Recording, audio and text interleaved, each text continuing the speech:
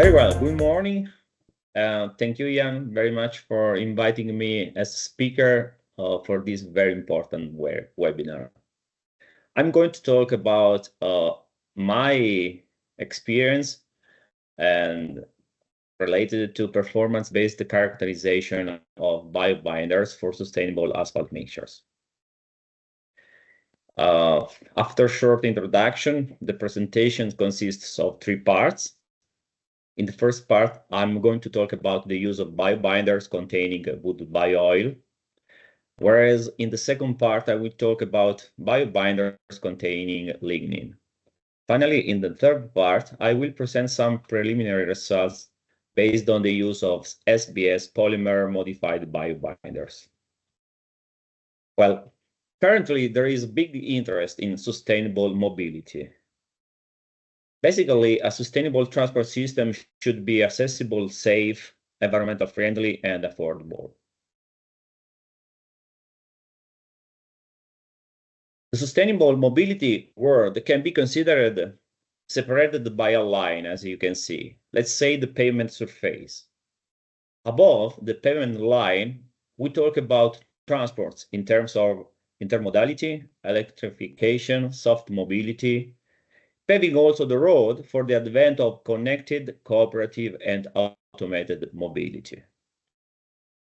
But below the pavement surface, we can talk about sustainable mobility, looking at the infrastructures in terms of circular economy, resilient structures, decarbonization, and more in general, materials innovation.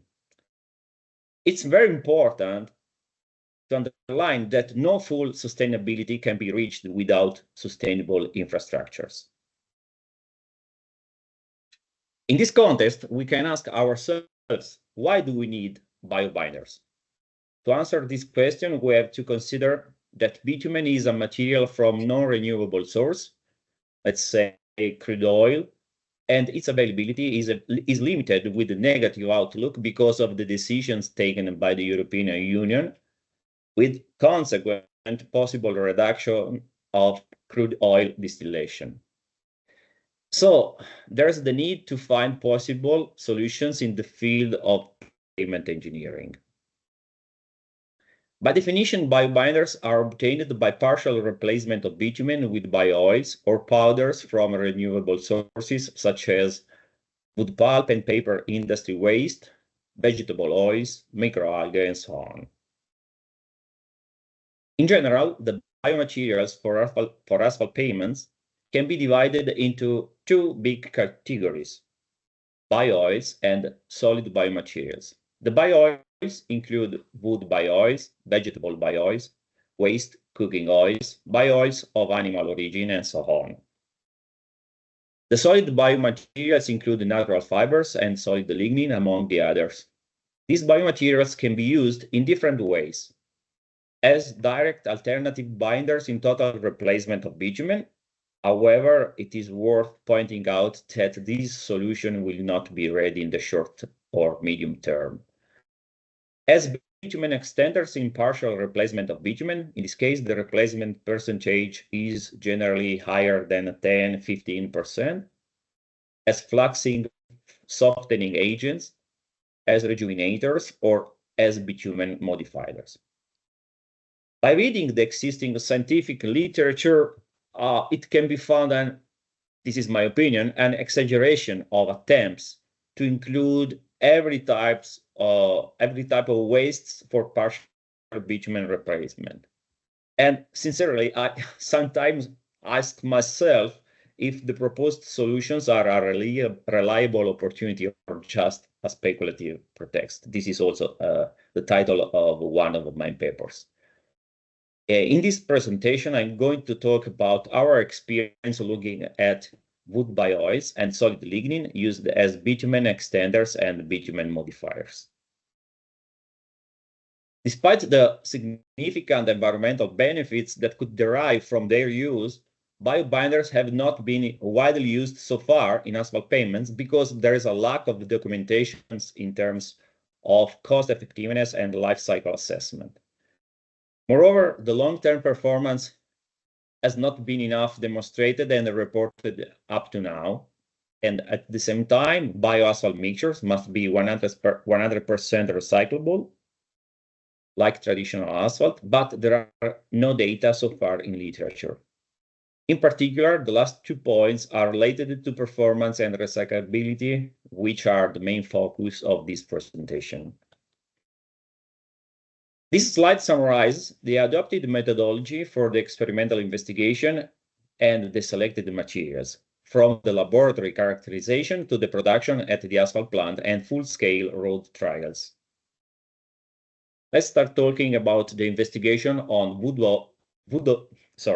bio-oil biobinders. The investigation was carried out within a PhD project co-funded by Università Politecnica delle Marche and the Swedish petrochemical company Ninas. The main objective was to explore potential and drawbacks of biobinders containing a wood bio-oil generated as a residue in the processing of a byproduct from wood pulp and paper industries, and largely available, especially in Northern Europe and Northern America. For this purpose, the project involved a comprehensive laboratory investigation, including the bio-oil analysis and the advanced characterization both at the binder and mixture level. The objective of the first part of the investigation was the evaluation of the effect of bio-oil content on the chemistry, morphology, and rheology of bitumen. The reference bitumen was a 50-70 penetration grade, and it was compared with the blends obtained with 3 replacement percentages of bio-oil, specifically 5, 10, and 15% by bitumen weight. In this slide, the FTIR spectrum and SARA chromatogram of the bio-oil studied are compared with those of the base bitumen. From the FTIR spectra on the left, we can observe that the base bitumen and the bio-oil have common peaks, which suggest good compatibility. In fact, they are both composed of hydrocarbons. The main difference between bitumen and bio-oil is represented by the 2 peaks at 1,242 and 1,735 wave numbers, which are related to the bio-oil's ester functional groups.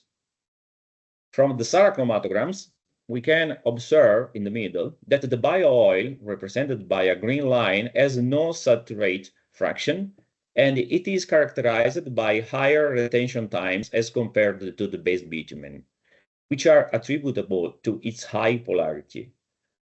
Finally, on the right, the microscope image of the biobinder shows a homogeneous structure and no phase separation, confirming a good compatibility without problems in terms of storage stability. In this slide, the results in terms of complex shear modulus and phase angle master curves are presented, and looking at them, it can be seen that as the bio-oil content increases, the binder is progressively softened because of the lower bio-oil viscosity. Just to give an idea of this softening effect, each increase of 5% bio-oil leads to a softer penetration grade class, as shown in the table. Moreover, from the complex modulus and phase angle master curves, we can observe also that the biobinders have a thermorheological simple behavior in the investigated range of bio-oil content lower than 15%. Now we start focusing on the aging properties of the studied biobinders. The objective of this part of the project was to investigate the aging susceptibility of the biobinders, also in comparison with the conventional bitumen. The studied materials included the base bitumen and the biobinders containing 5, 10, and 15% of bio-oil, plus a conventional bitumen coded as B1, characterized by penetration grade similar to the biobinder with 10% of bio-oil. The short-term aging and long-term aging of the binders were simulated in the laboratory by using the well-known rolling thin film oven test and the pressure aging vessel equipment. The binders were subjected to chemical tests, including FTIR spectroscopy and SARA fraction analysis, and rheological tests, including frequency sweeps carried out with the dynamic shear meter between 0 and 80 degrees C, and rheological analysis by adopting the 2S2P1D model.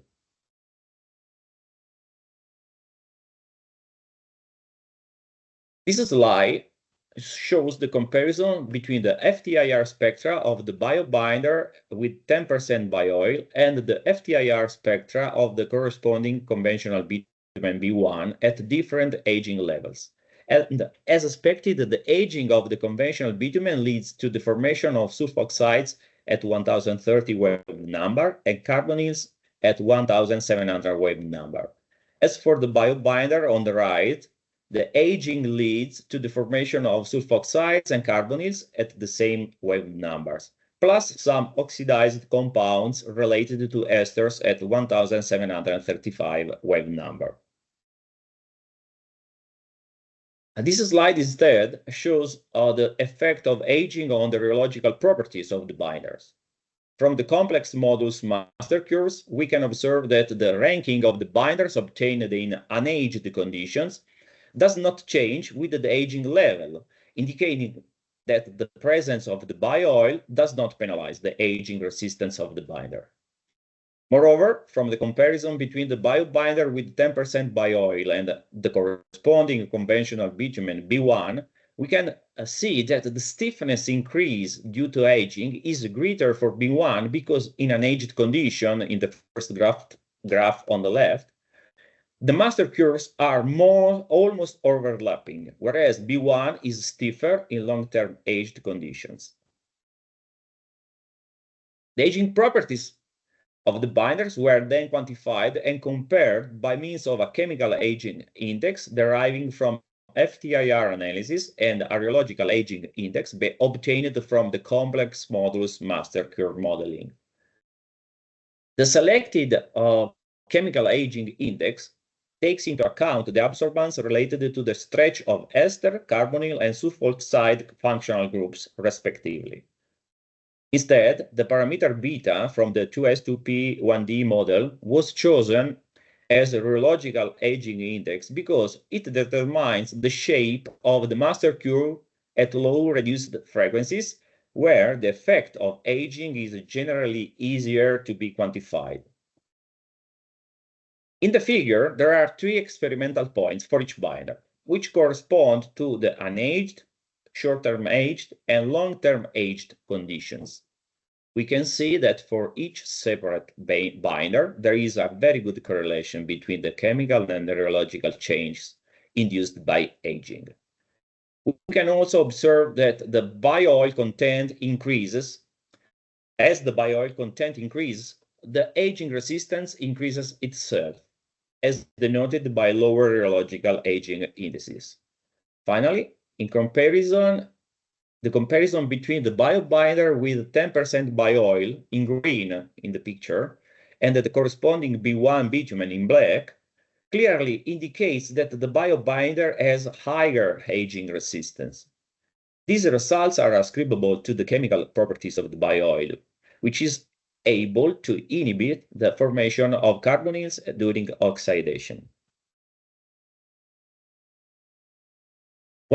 Well, we now focus on the circular propensity of the studied biobinders. This part of the project had 2 main objectives. First, to assess the effectiveness of the biobinders in the hot recycling of bitumen recovered from typical reclaimed asphalt. And second, to evaluate in a long-term perspective the recyclability potential of the biobinders. And for this purpose, 4 base binders were adopted, specifically a biobinder with 10% bio-oil, coded as A, 1 conventional bitumen with properties similar to the biobinder, coded as B, 1 binder recovered from typical reclaimed asphalt, taken from a milled pavement that had been in service for more than 20 years, coded as RAP, and the biobinder aged in the laboratory with rolling thin film oven test plus 40 hours of pressure aging vessel, coded as BioWrap. A control bitumen 50-70 penetration grade with intermediate properties between the aged and the fresh binder was also included in the investigation. And The recycled blends were prepared so to have rheological properties similar to each other and to the control bitumen. Then the recycled blends were also short and long-term aged with RTFOT and PAV to simulate the properties of the binder immediately after laying of the hot recycled mixture and after about 10 years of in-service life. The control bitumen was aged in the laboratory, of course, as well. All the binders were subjected to chemical tests such as FTIR spectroscopy and rheological tests, including frequency sweeps, rheological analysis with the modified CAM model, and the multiple stress creep recovery tests.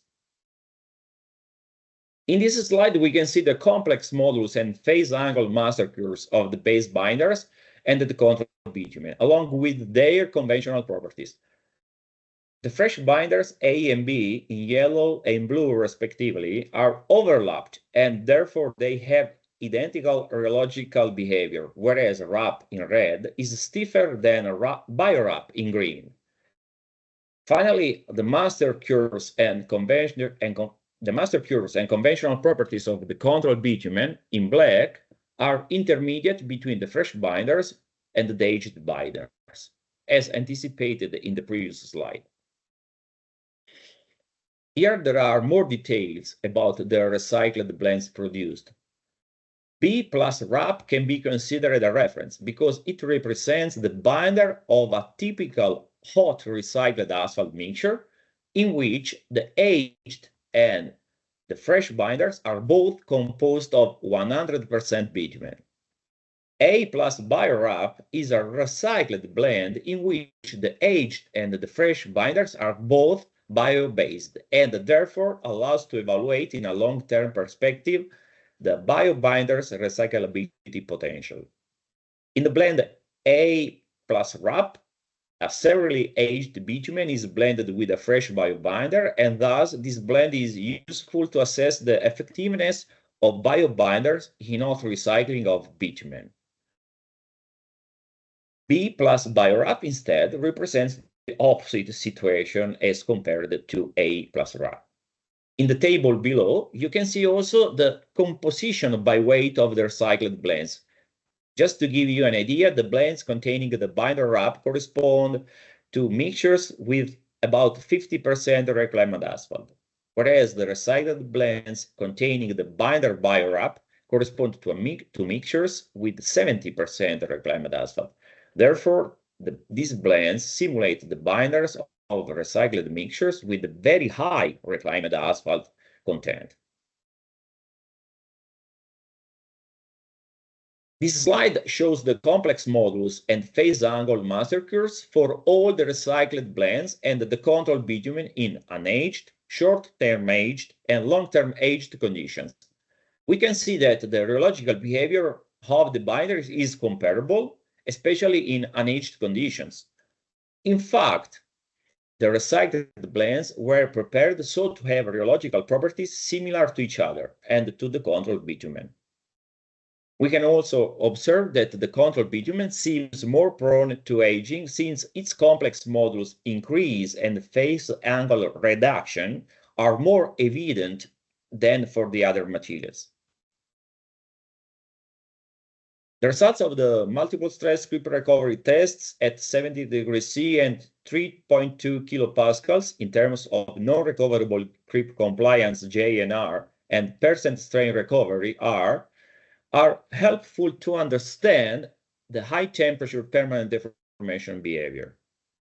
It can be seen that the recycled blends and the control bitumen show similar values in unaged conditions. However, certain differences between the binders emerge with aging, suggesting a slightly different aging susceptibility for the binders. From a chemical point of view, aging mainly induces the formation of sulfoxides at 1030 wave number, carbonyls at 1700 wave number, and for the binders containing the bio-oil, oxidized compounds related to the esters at 1735 wave number. as already observed in the previous part of the project. And from the data shown in this slide, the control bitumen seems more prone to aging as compared to the recycled blends because its FTIR indices are tripled in long-term aging conditions with respect to the unaging one, passing from 0.04 to 0.13, looking at the values on the graph. Based on the previous considerations, the aging susceptibility of the binders is calculated and compared through a chemical aging index that takes into account the infrared absorbance at 1030, 1700, and 1735 wave numbers, and a mechanical aging index calculated as the ratio between the non-recoverable clip compliance for the unaged binder and the non-recoverable clip compliance for the aged binder. It should be noted that in this case, the aged property was placed in the denominator in order to have a positive correlation with the chemical aging index. Once again, we can observe that for each binder, there is a strong correlation between the chemical and mechanical changes induced by aging. From the figure, it is evident that the aging susceptibility of the control bitumen is much higher, and this is probably due to the fact that the control bitumen is virgin, while the recycled blends contain a certain amount of severely aged binder. The figure also shows the recycled blends containing the biobinder in green and in blue, and they undergo lower aging than the corresponding blends containing conventional bitumen. This means that the use of the biobinders in the hot recycling of conventional reclaimed asphalt and the hot recycling of bioreclaimed asphalt can lead to mixtures less prone to cracking. The objective of the last part of the project was to compare bioasphalt mixtures and traditional asphalt mixtures in terms of viscoelastic properties and fatigue behavior according to the viscoelastic continuum damage theory, considering also the effect of long-term aging. The materials were a bioasphalt mixture produced with the biobinder containing 10% bio-oil, coded as bio, and an asphalt mixture prepared with a traditional bitumen having similar properties to the biobinder, coded as B120. The same mix design and the same mixing and compaction conditions were considered for the two mixtures, with a nominal maximum aggregate size equal to 12.5 millimeters. The only difference between them was the binder type. The long-term aging protocol adopted consisted in oven aging the test specimens for 5 days at 85 degrees C. And the mixtures were subjected to complex modulus tests and cyclic fatigue tests carried out with the asphalt mixture performance tester on small specimens with 38 millimeters diameter. This slide shows the storage modulus master curves for all the mixtures. The area below the curves was calculated with the trapezoidal method to assess the aging susceptibility.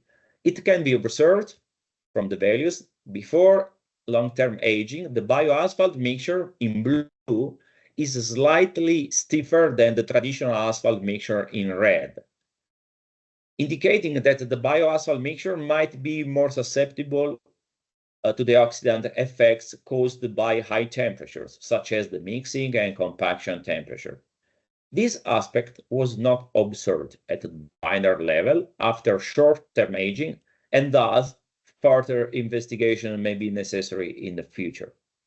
However, after long-term aging, the two mixes have a very similar viscoelastic behavior, indicating that the effect of long-term aging is greater for the traditional asphalt mixture.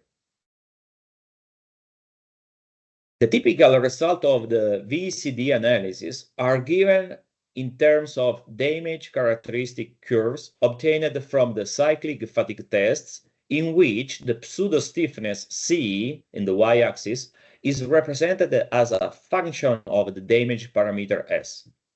Such curves are representative of a fundamental material property that shows how the material integrity decreases as the damage level increases.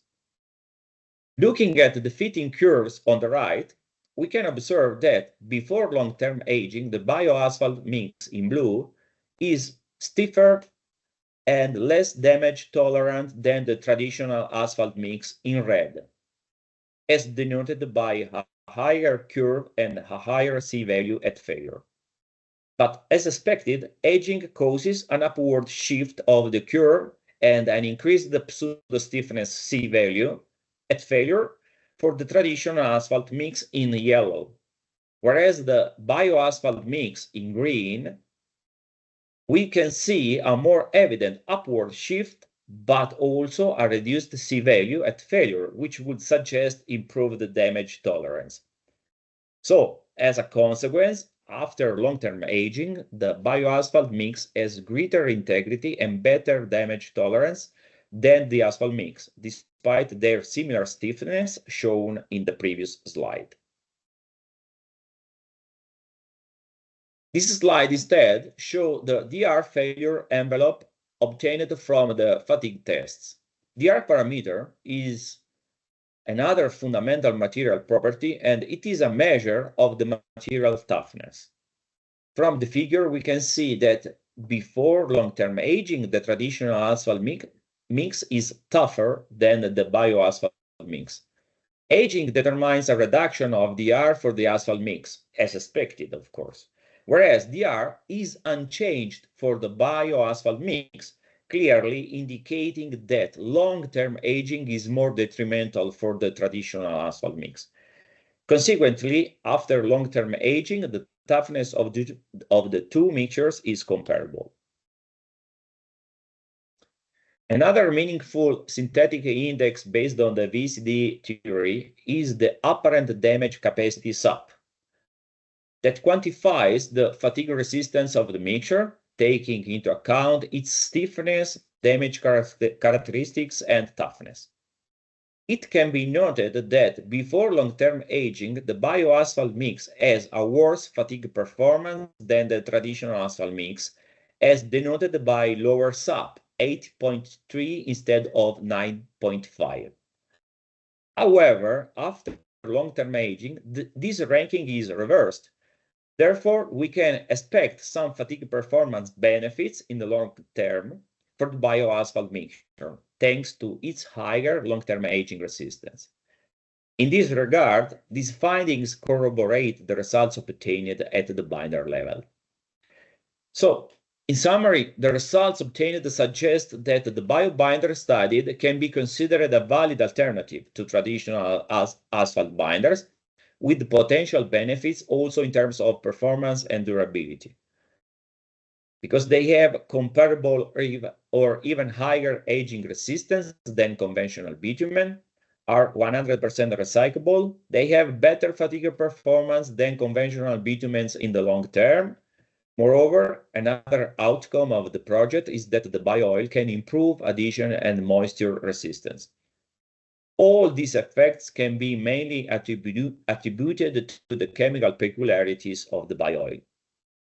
And therefore, based on these findings, the studied biobinders can be used as fresh binders in the recycled or reclaimed asphalt. Well, in the second part of the presentation, I'm going to talk about the main research findings related to lignin biobinders. Also, this study is part of the collaboration with LINAS.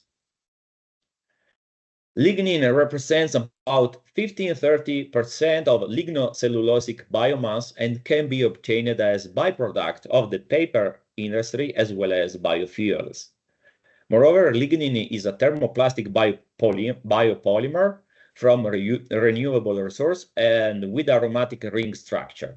It is water resistant as well as UV stabilizer.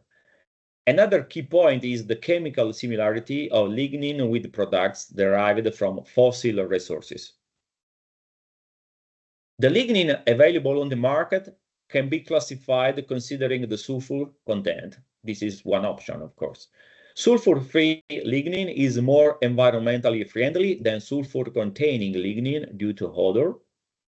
Organosulf lignin deriving from the byproduct of biofuels is gaining popularity, but the most widespread lignin are kraft lignin and lignosulfonate deriving from the paper industry.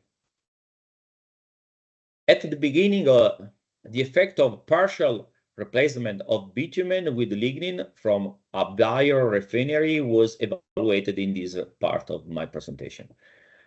Dry lignin was gradually added with a high shear stirring mixer at 5,000 rad per minute for 30 minutes to obtain a homogeneous dispersion within bitumen. 3 replacement contents and 2 bitumens were considered. 50-70 penetration grade bitumen was selected as a reference material, and the final replacement content of 30% was based on the target technical limits for the typical classification tests. In this slide, we can see the results of the FTIR analysis and SARA fractions. Looking at the FTIR spectra on the left, it's evident the similar shape of the bitumen with and without lignin. The absence of new peaks means that no chemical interactions are generated by the introduction of the lignin, and basically lignin mostly acts as a filler. Whereas the comparison in terms of SARA fraction on the right, before and after aging, shows less pronounced peaks for the binder containing lignin than the reference one, indicating a possible antioxidant potential for the lignin. The comparison of the complex modulus master curves highlights an increase in stiffness for the biobinder containing lignin both in unaged and aged conditions. However, a reduction of differences after aging can be observed, meaning that the biobinder with lignin is less affected by aging. Moreover, in the case of biobinder, a horizontal asymptote can be found in the complex modulus master curve at low reduced frequencies, typical of modified bitumens or mastics, and this result suggests that part of lignin could act as filler in a perfect agreement with the FTIR results. Also, the mechanical behavior of bioasphalt mixtures based on traditional approach highlighted an increased stiffness in comparison with the reference asphalt mixture in terms of indirect tensile stiffness modulus. Moreover, the stiffening effect induced by aging is lower in the case of the biomixture, indicating a lower aging susceptibility. Looking at the cracking behavior based on a semicircular bending results at 10 degrees C on the right, it's interesting to note that the biomixtures have lower resistance in unaged conditions, whereas the resistance increases in aged conditions and is higher than the reference mixture. The increased stiffness and lower aging susceptibility of bioasphalt mixtures are confirmed by the storage modulus master curve obtained with the VCD approach. The lower aging susceptibility is also supported by the damage characteristic curve of the mixture containing lignin, because before and after aging, the two curves, the green and the black ones on the picture on the right, are almost overlapped, while for the reference mixture, an upward shift is observed. Moreover, the mixture containing the lignin exhibits a greater value of the damage parameter S at failure, which suggests that it may be characterized by better damage tolerance and postponed failure, despite its higher stiffness. In synthesis, the study concerning the biobinder with lignin provided the following main results. Part of lignin seems to act mostly as filler, and as a consequence, biobinder shows a rheological behavior similar to mastics. Lignin plays an antioxidant role for the bitumen. Bioasphalt mixtures have a higher stiffness than conventional mixtures, and there are potential benefits in terms of both performances and durability.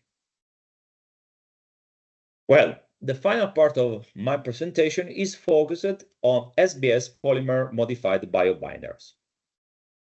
First of all, it is important to underline that the activities presented in this part of my presentation are included in the Highway Pavement Evolutive Research Project sponsored by Autostrade per l'Italia, and all the binders were formulated by the Italian energy company Eni as part of the collaboration project between Eni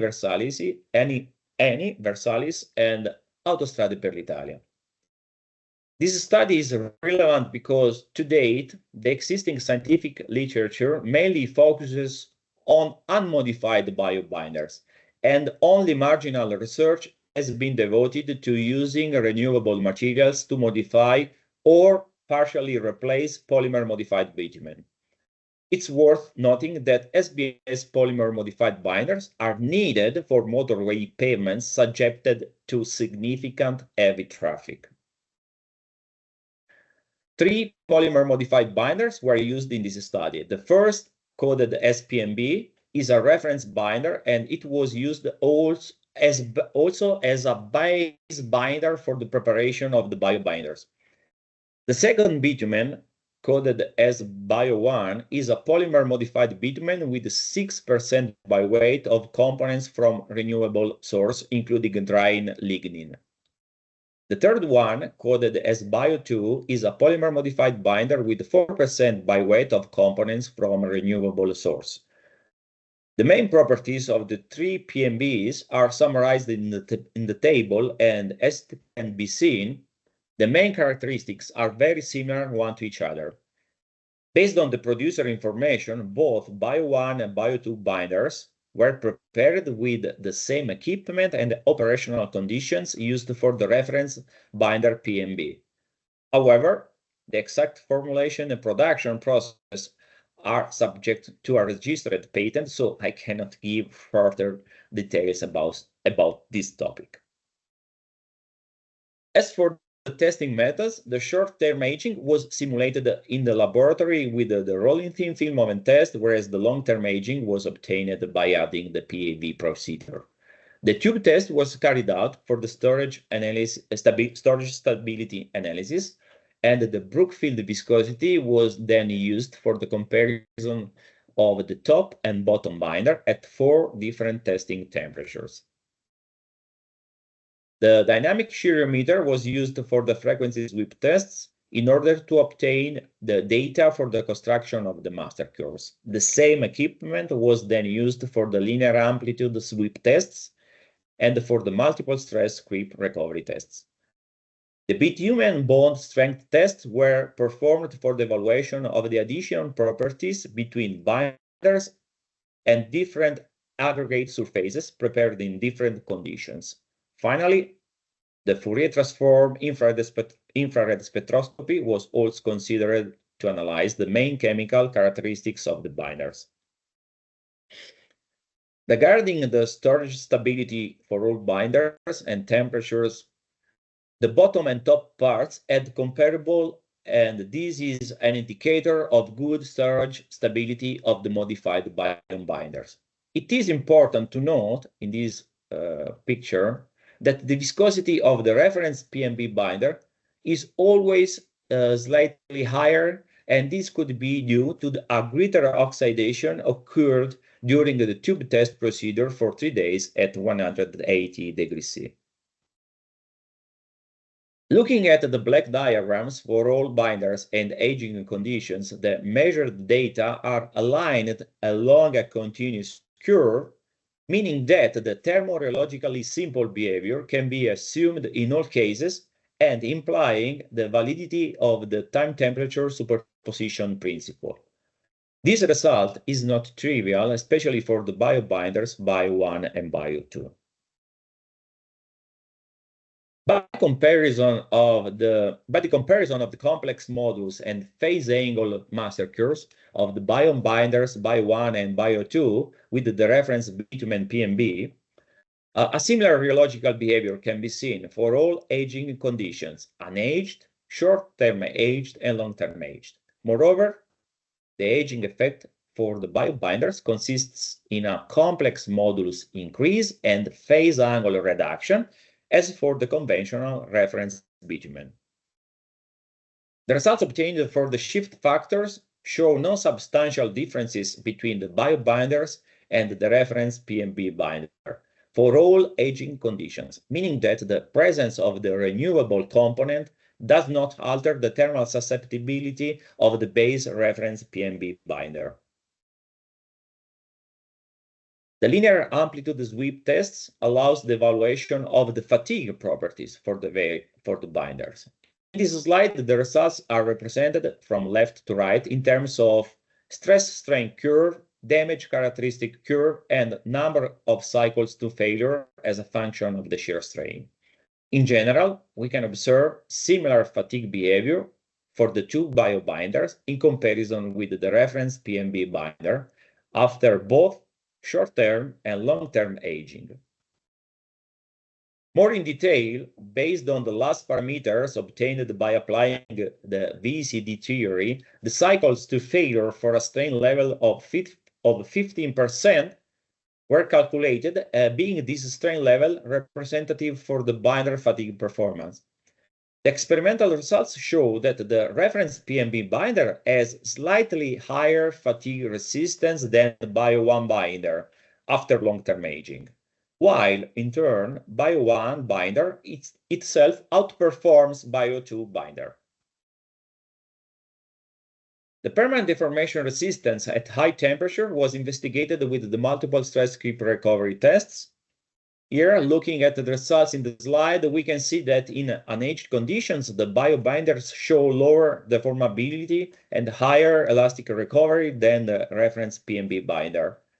After short-term aging, all binders exhibit a reduction of the non-recoverable creep compliance, whereas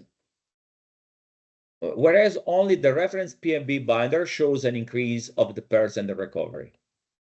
It is worth noting that the variation of the JNR and percent recovery due to the aging is greater for the reference PMB, indicating a possible higher aging susceptibility.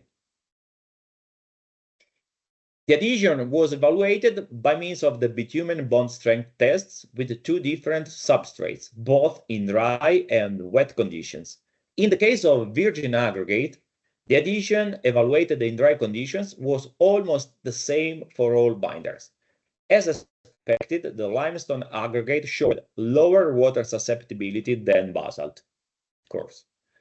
In the case of a pre-coated aggregate substrate to simulate RAP aggregate, the adhesion level in dry conditions was comparable for all binders, whatever the aggregate used. In wet conditions, the adhesion was still good for limestone aggregate, but in the case of basalt, a reduction was observed for all binders, with the highest decrement for the reference PMB binder. In this slide, we can see the FTIR spectra for all the long-term aged binders. Differently to the analysis performed in the first and second part of this presentation, related to unmodified binders, in this case, there are two absorbance peaks related to the bending of polybutadiene and polystyrene bonds. Moreover, it is evident the absence of the absorbance peak related to the bond of esters for the reference PMB bitumen without renewable components. Looking at the results in terms of aging index calculated as a function of the ICO and the ISO values already introduced in the previous slides, it can be seen that the Bio1 binder is more susceptible to the oxidative effects of high temperature due to the short-term aging and typically generated during the production, transportation, laying, and compaction of the asphalt mixtures. However, The same Bio1 binder is less affected by the long-term oxidation. And for these reasons, Bio1 binder could show the best performance when used in combination with the warm-mix asphalt technology at a lower production temperature.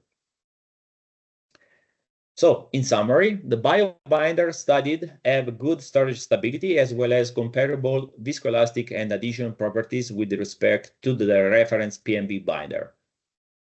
The permanent deformation resistance of the biobinders is higher than the reference PMB, whereas Bio1 binders fatigue resistance is slightly lower than the reference PMB binder.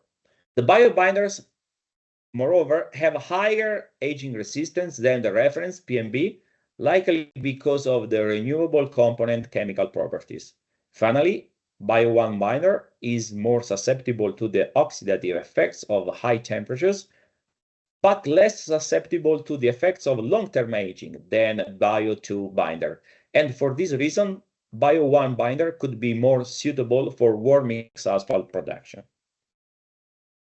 Let me conclude my presentation with the announcement of the international conference organized by the European Asphalt Technology Association that will be held in Ancona in 2025. And on behalf of my research team, I invite you all to join this important event. And for further information, please visit our website. Thank you very much for your attention.